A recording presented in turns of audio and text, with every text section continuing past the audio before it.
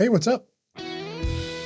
This week we're starting with not so basic white sandwich bread. The only reason it's not so basic is because there's different ingredients in it than just flour and water.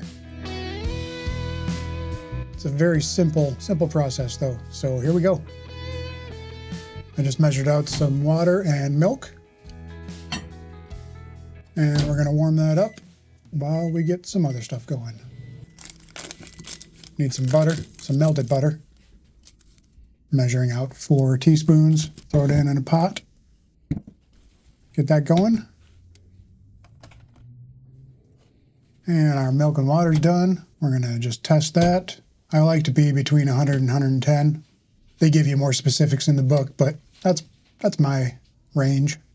All right, now we got some flour. I'm using a couple different kinds. It calls for just regular all-purpose flour, but I've got some high extraction all-purpose flour, which acts a little differently, so I mix bread flour in with it too.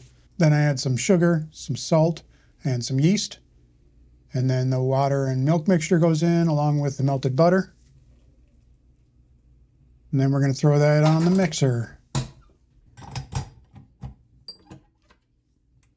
Then we'll start it on mid-low. We'll let that go just until it comes together. Just like that.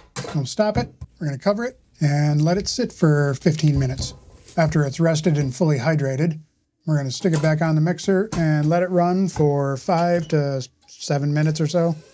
Because of the high extraction flour that I'm using, I actually had to add a little bit more flour. So maybe 2 tablespoons was all I added, and that was enough to bring it all together. It'll start pulling away from the sides, and then it'll start getting a good knead in. Once it's good to go, we're going to take it out, shape it into a ball of sorts, cover it up, and let it sit for 1 to 2 hours till it's nice and puffy and looking like a marshmallow. Then we're going to grease a loaf pan, lightly flour a work surface, and get that dough out of the bowl. Pat it down a little bit into a semi-rectangle, and then we fold in by thirds, like a letter. And then roll up, kind of pulling it taut as you're rolling it up. Get some good tension on it.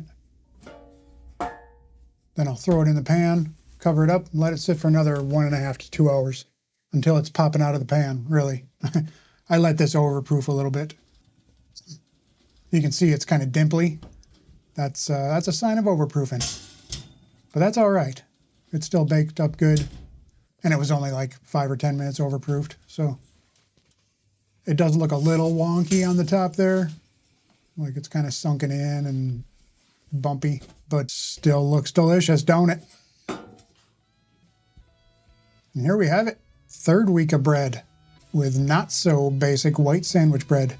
I made a week's worth of turkey sandwiches with that. This is all part of my morning ritual here. The girls get some grubs. These are black soldier fly larvae. Look at that view. Just never gets old.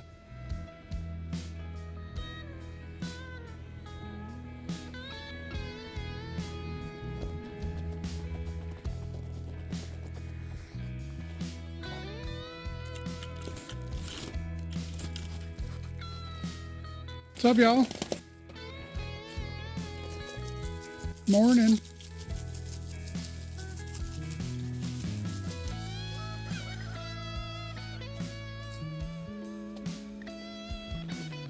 Just a few of you out in this cold morning, huh?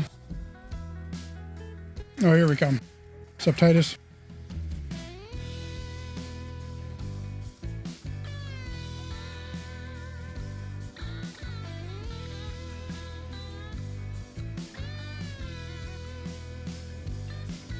All right, well, have a good day.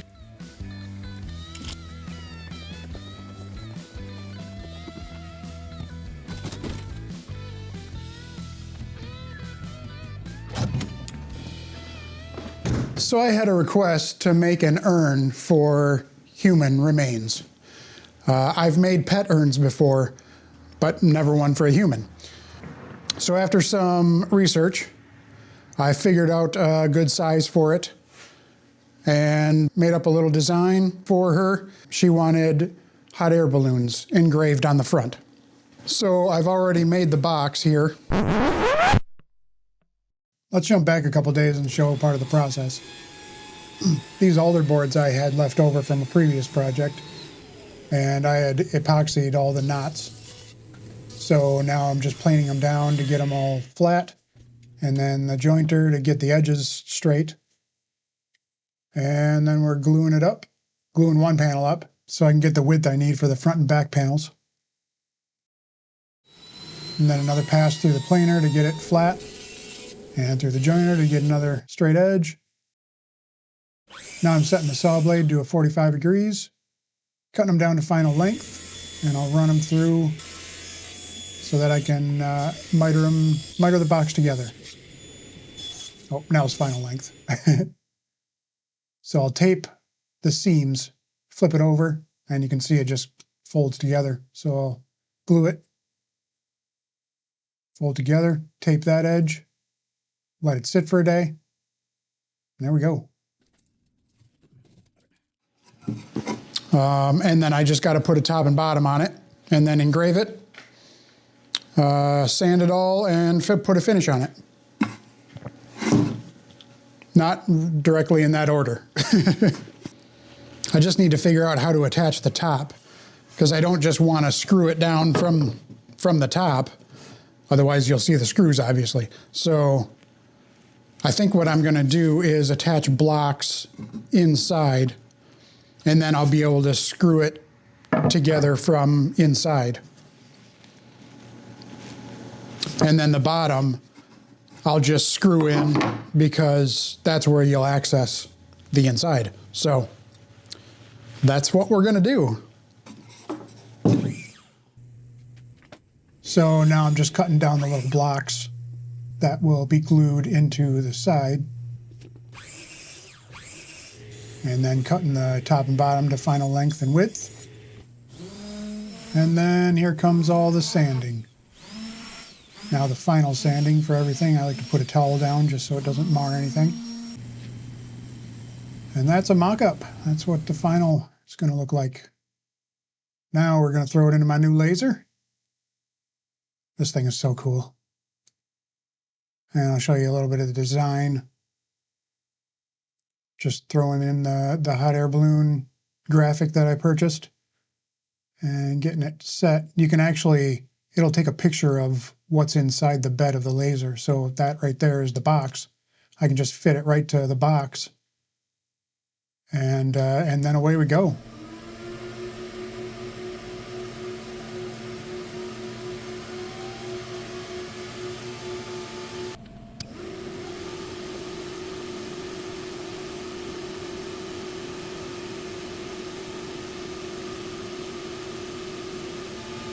So cool, right? Now this is my little spray setup. I spray a water-based polyurethane on it. I get all the parts up off the table using these little risers that I made. There's the design all burned in, and blew it off, and a little bit of sanding just to take off the char that's on the outer edges. And here we spray. I only recorded a very small portion of this. I don't want the particles getting on my camera. That wouldn't be good for future videos. Here it is, all finished. It's beautiful, really. And she loved it. She absolutely loved it. She texted a bunch of her friends, and they all loved it. So probably be making more.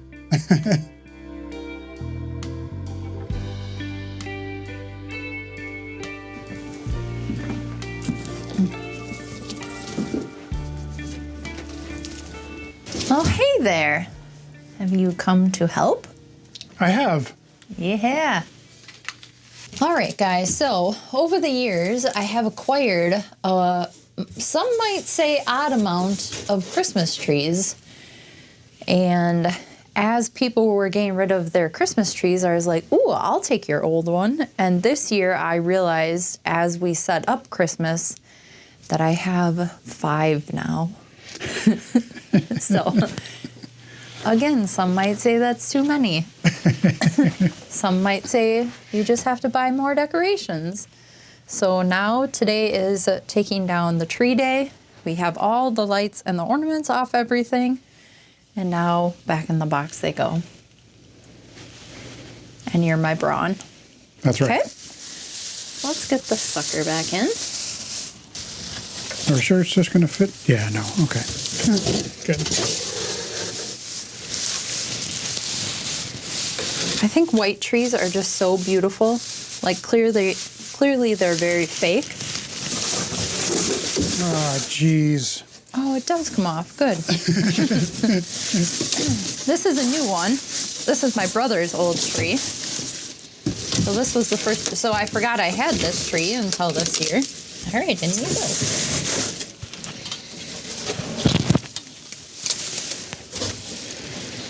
And this guy comes off? Yep. Oh, shoot. I screwed that on. No, like I screwed it so that it goes into... All right, he'll be right back. This one was very pretty this year. I did gold garland and then blue ornaments. Growing up, I remember having, my mom had this really pretty blue skirt for the tree. And so I have that now. So that was the base with her manger scene and then blue ornaments from growing up. So it was very, very pretty and nostalgic. And then it was my brother's white tree. So it was just, this was a good one. All right. Oop, whatever. There we go. There we are. In you go. Voila. To the downstairs. All right.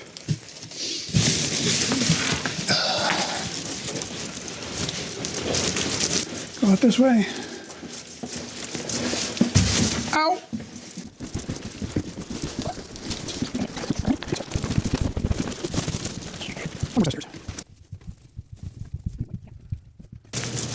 All right, where do we want to put this? All right, let's set this sucker right here. On here? Yep. All right. Thankfully, that was one of the light ones.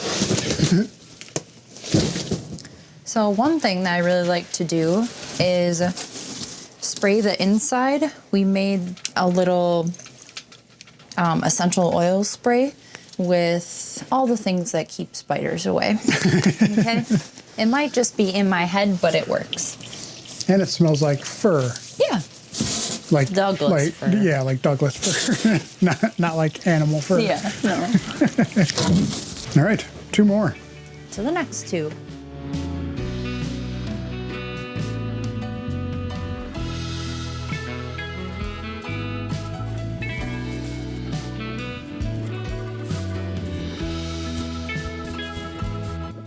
All right, should we take a final inventory? We have 1, 2, 3, 4, 5, 6. So actually 6 trees.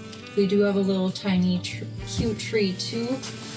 So, all right, Christmas is over. We'll see you in December. Check you later.